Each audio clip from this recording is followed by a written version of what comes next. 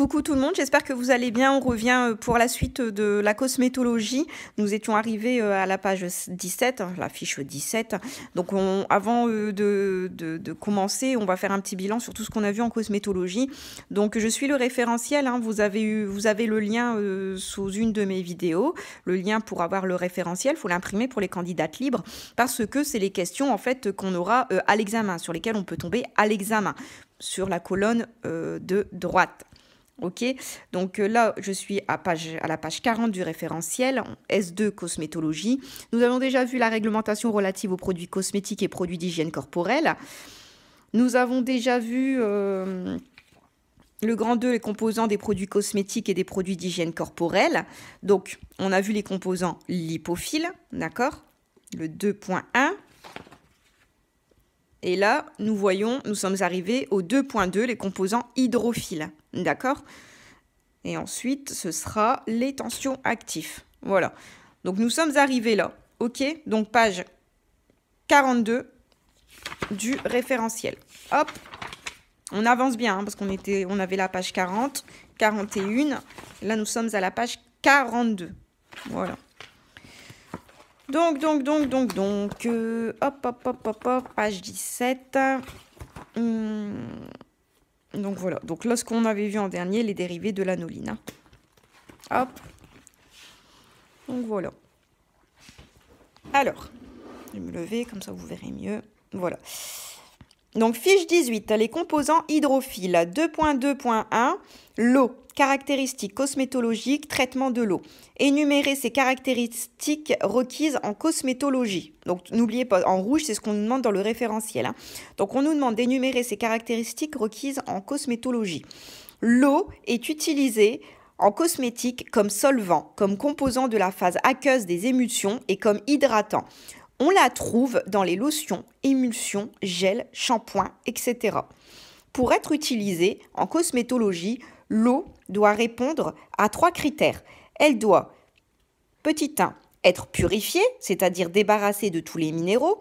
Petit 2, être stérile, c'est-à-dire débarrassée de tous les micro-organismes, notamment les microbes pathogènes pouvant provoquer des maladies.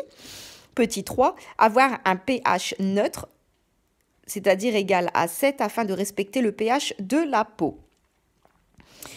Énumérer les différents traitements et indiquer les résultats obtenus pour une utilisation en cosmétologie. Il existe, grand A, il existe différentes qualités d'eau purifiée. Petit 1, l'eau adoucie, qui ne contient pas les ions responsables de la formation du calcaire, c'est-à-dire les ions Ca2+, et Mg2+, calcium et magnésium. Hein. Petit 2, l'eau déminéralisée, qui ne contient aucun sel minéral, On arrive à la fiche 19. Et petit 3, l'eau stérile, qui ne contient aucun sel minéral et micro-organismes. Petit B, les modes de purification de l'eau. Petit 1, l'adoucissement de l'eau. Petit 2, la distillation de l'eau. Petit 3, l'osmose inverse. Petit 4, stérilisateur UV associé 3 à une ultrafiltration. Donc petit 1, l'adoucissement de l'eau. Un adoucisseur permet de remplacer les ions calcium et magnésium par des ions sodium, Na2+. On obtient une eau adoucie. Petit 2, la distillation de l'eau.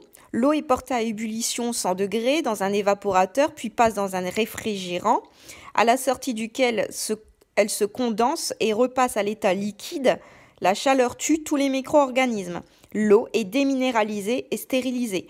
Pour la distillation de l'eau, pensez à un sèche-linge en fait, à condensation. C'est exactement la même chose. Regardez, l'eau est apportée à ébullition 100 degrés dans un évaporateur, puis passe dans un réfrigérant. D'accord? Donc, quand vous mettez le linge dans votre sèche-linge, en fait, il chauffe et ça donne une vapeur. D'accord? La vapeur, en fait, passe dans le réfrigérant, à la sortie duquel elle se condense et repasse à l'état liquide. Donc, quand vous avez un sèche-linge à condensation, vous devez retirer le liquide. Et ce liquide-là, l'eau que vous retirez, que vous jetez, c'est de l'eau déminéralisée que vous pouvez utiliser, par exemple, dans votre fer à repasser pour repasser votre linge, par exemple. Donc, voilà. Donc, la chaleur tue tous les micro-organismes et l'eau est déminéralisée, stérilisée. Voilà. Petit 3, l'osmose inverse. C'est le procédé par lequel l'eau traverse une membrane qui ne laisse passer que les molécules d'eau et pas les sels minéraux. L'eau est déminéralisée. Stérilisateur UV associé à une ultrafiltration. On place l'eau sous des rayons UVC qui ont un effet bactéricide. Suite à une ultrafiltration, on obtient une eau stérile. Voilà. De toute façon, je pense que je vais créer un blog pour remettre mes fiches parce qu'on me les demande trop et je passe beaucoup trop de temps à faire des photos et à les envoyer par MMS ou par mail et ça prend trop de temps. Donc je me demande si en créant un blog, ça n'irait pas plus vite et ça servirait au moins à tout le monde. Donc voilà. 2.2.2 les humectants. Indiquer les rôles des humectants, maintenir le taux d'unité dans le produit cosmétique et dans la peau et retarde leur dessiccation. Donner des exemples d'humectants les plus couramment utilisés. Glycérol et sorbitol, c'est des humectants et des hydratants. Le PPG, propylène glycol, possède des propriétés humectantes. Les solvants, 2.2.3. Indiquer les rôles des solvants, dissoudre ou disperser ou d'extraire des ingrédients. Donner des exemples de solvants. Éthanol, propriété cosmétique, conservateur, antiseptique. Petit 2, alcool isopropylique, c'est un solvant. Exemple de produits cosmétiques qui les incorporent. Par exemple, l'éthanol, on a le déodorant, la lotion astringente, lotion après rasage.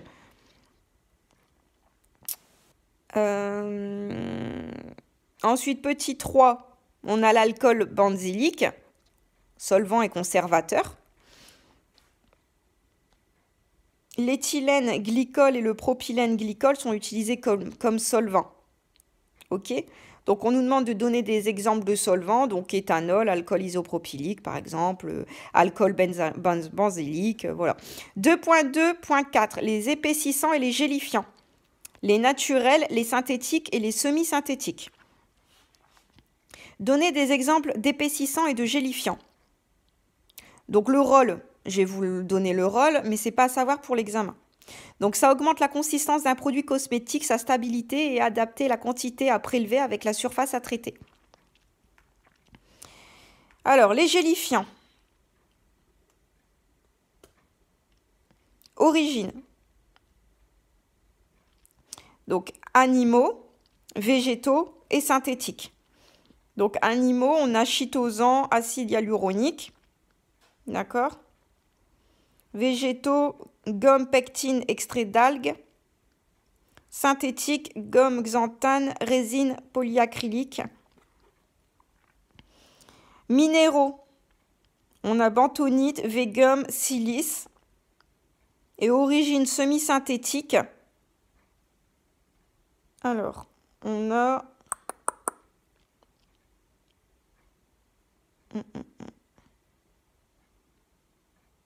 les dérivés de cellulose. Parce que j'avais mis petit 1 avec une étoile et c'est là. D'accord ? Si jamais je vous envoie les fiches, il faudra voir ça comme ça, ok ? Donc voilà, voilou. Donc par exemple, gomme, par exemple, on a le dentifrice ou le mascara. Ses propriétés, c'est épaississant et filmogène. Ok. Par exemple, la bentonite, c'est comme épaississant. Épaississant aussi pour le végum, gélifiant pour le silice. Par exemple, pour le bentonite, on a le masque et le fond de teint. Pour le dérivé de cellulose,